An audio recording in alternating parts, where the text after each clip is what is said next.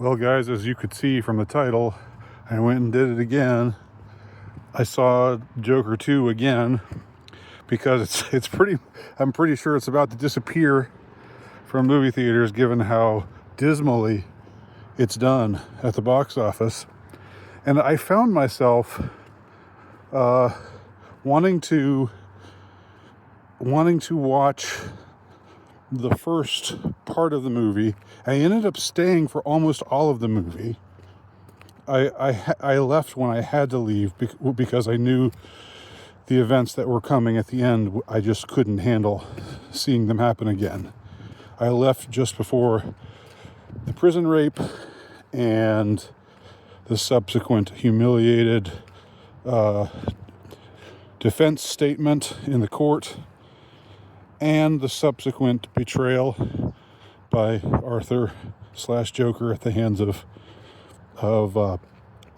Lee Quinzel, i.e. the Harley Quinn character, and finally the murder of Joker by some random inmate at the close of the movie. I just didn't want to see those scenes because, well, I just didn't want to. But the rest of the movie up to that point, I realized I hadn't given enough thought because, as I think has happened with so many people, and I think, and as I've said before, I think this is the reason why this movie has crashed and burned so hard. In addition to the musical thing, which I think people think is weird and out there, and it is a kind of WTF thing, I'll admit, but the musical idea works for me, even if it's not always well executed. I do think that after the second watch, some of the musical scenes are too long. There are too many songs. There are too many occasions where someone breaks into song. I think those scenes should have been limited more. I think they should have been shorter. But I think the notion of the Joker sequel being a musical is not completely inappropriate, even though it seems out of left field, even though it seems like a WTF kind of thing. Because as I've said before, the original Joker was a movie where music played a large part. You had dance scenes like this famous dance on the steps to that Gary Glitter song. Can't remember the name of it.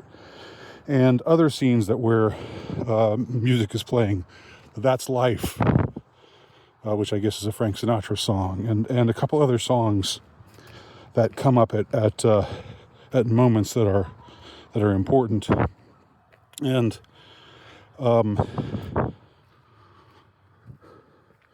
the director said that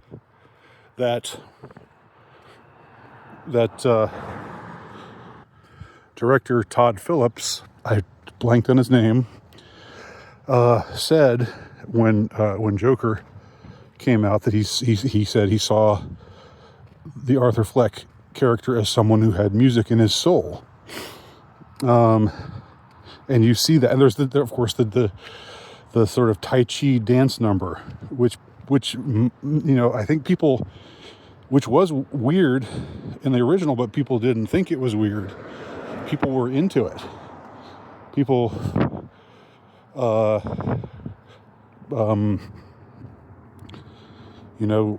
sort of grooved to it. It was like, yeah, this is the scene. This is the birth of Joker. This is Joker feeling his oats. But I mean, if you look at it, if you look at the scene by itself, it's kind of a WTF scene. Like, what the hell is he doing dancing? Why is he dancing? Why is he doing this weird Tai Chi-esque dance in this public restroom after killing the three Wall Street guys on the train? Nobody really said WTF about that, but it is a WTF kind of scene. But everybody's saying WTF about the musical numbers in this in the sequel. But I think the fact that it's a musical is just my analysis, my psychoanalysis of the masses, if you will, of the reason why the fans have been so brutal about in their response to the sequel, is the ending, is the way that it ends with, how we're denied a catharsis, and how it ends in just this really nihilistic seeming sort of way. And the reason why it affects people that way is because we do care about Arthur/Joker, in spite of the fact that he's crazy. And the first film doesn't make any bones about him being crazy. It doesn't try to say that it's a good thing that he did the things that he did when he became Joker, but we understand it, and we can relate to it because we've seen how the way his life has been up to that point, and all of the ways in which he's gotten kicked around. We don't want to see him get kicked around at the end.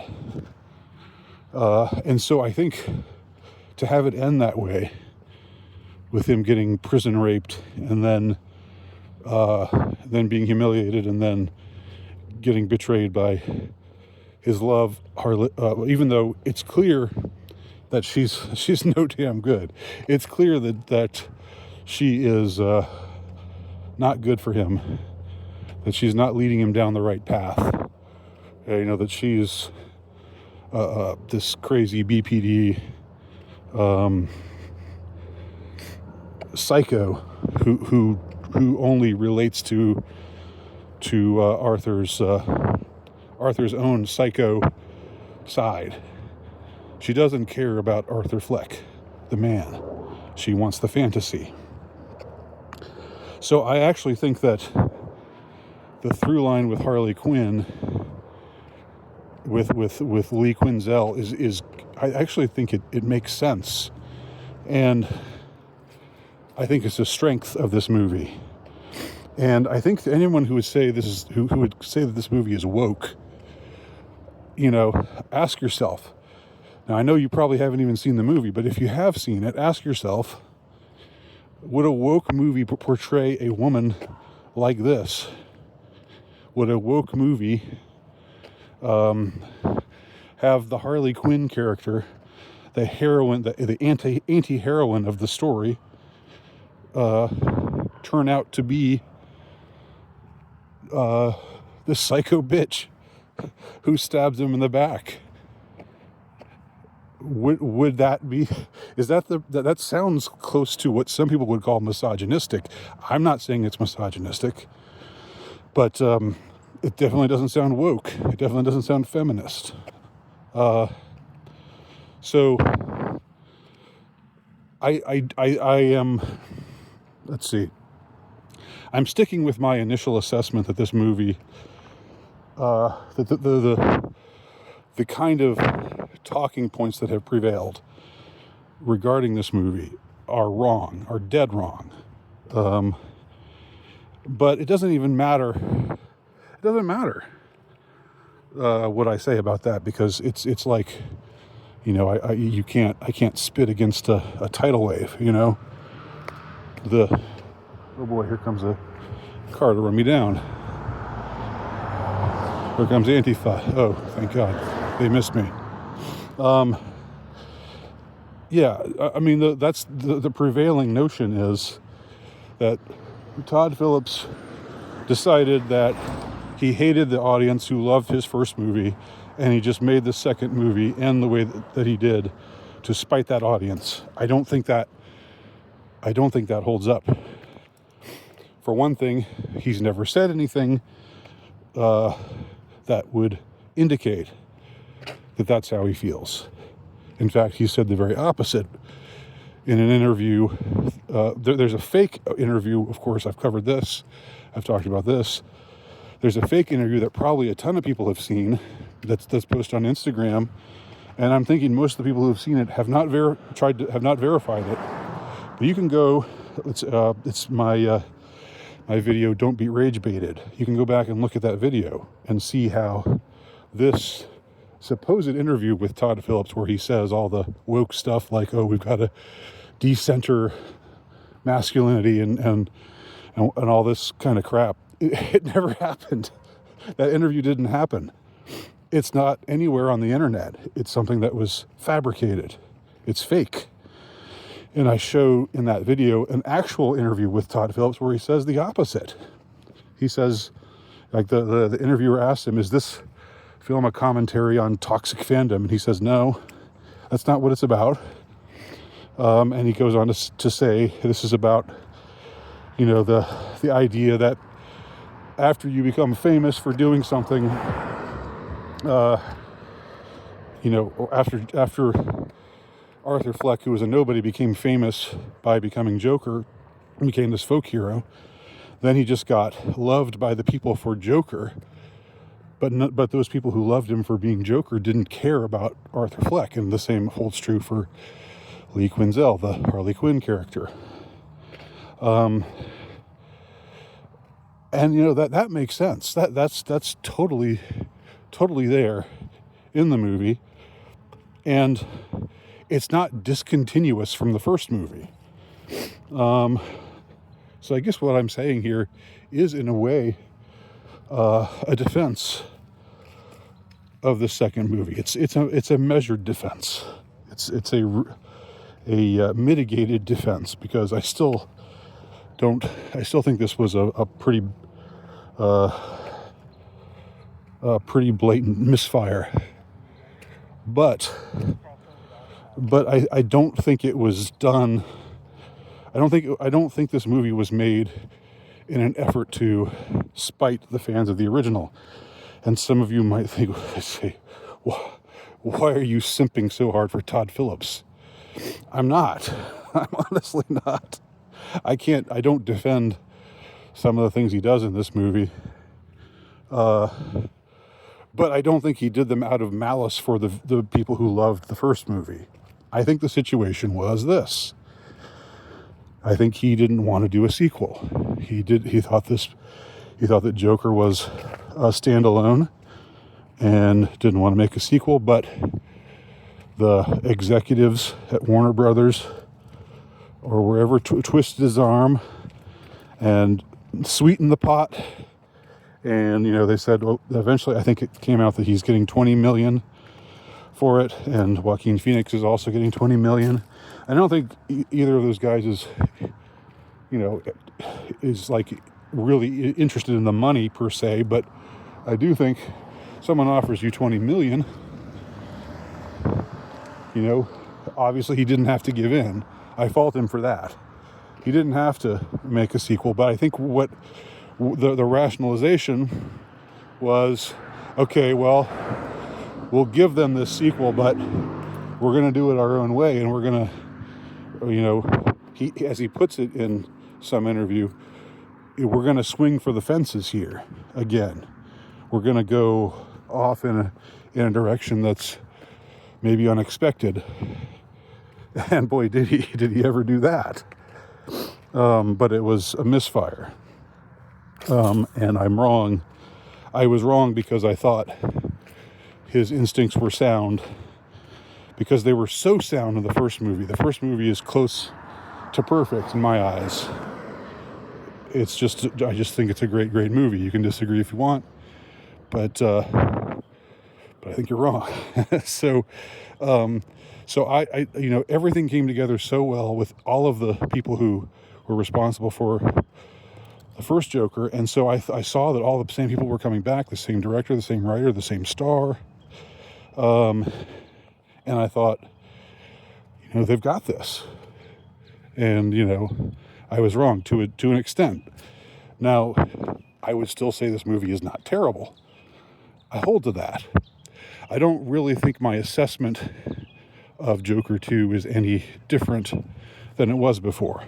I think before I said, well, Well, when I was first coming out of the movie theater, I was sort of trying to put all the pieces together. When you see my interview, or the video that I do with my daughter when we're sitting in the car after watching Joker 2 together, I think I'm sort of saying I'm trying to. I think I was rattled by the ending. I was bothered by the ending, and so in that sense, I'm with everybody. I'm with the mob. I'm with the anti-woke mob in this case, not because I'm. I mean, I still think the whole idea that this movie is woke somehow, or it's a repudiation of the chuds and the incels. I still think that's absolutely incorrect. Because why would Todd Phillips want to blow up his career? You think he's better regarded after he made this movie that's flopped harder than maybe any big budget movie has ever flopped before? I'm not sure if that's true, but it's at least up there. It's got to be in the top 3, at least, of movies that were eagerly anticipated, that were made on a huge budget, that people were expecting great things from, and just absolutely fizzled out. Not just fizzled out, the word of mouth was rancid. And the fans of the original turned on it. And it's understandable why they did. But the motivation assigned to Todd Phillips for why he made this movie, I think, is absolutely wrong. Because I think if you watch the Joker sequel, which I'm almost recommending that you do, do what you want, of course. But I mean, before you condemn it, watch it. And see if I'm right. Like, I think there's more continuity than there is discontinuity. There's the same Arthur Fleck, who's just as sympathetic, but also just as kind of pitiful and kind of crazy, but very compelling character, and beautifully played again by Joaquin Phoenix. It's a little, I'm a little awestruck by all the subtleties that he devotes to his character, whether he's like sort of half smiling in one scene, or some comment makes him smirk in another scene, or he laughs, but it's a choked off, or he wants to laugh but doesn't. It's just a great performance. And he's not going to win another Oscar, obviously, and I don't care about Oscars. But he's fantastic in this movie, and I think also that Lady Gaga is really good as Lee Quinzel, and I think they have good chemistry. And I think the idea of Lee Quinzel being this fake lover, or this fangirl, or whatever you want to call her, but under the who's under the auspices of loving him, is actually just manipulating him. And that's anything but woke. I'm telling you. This is and I wrote about this. I wrote an article about it on my Substack channel, talking about Lee Quinzel, Lady Gaga's character, as a perfect example of a BPD woman, and all the things that she does to worm her way into Arthur's heart before ultimately breaking it. This is a very quote-unquote red-pilled portrayal of a relationship.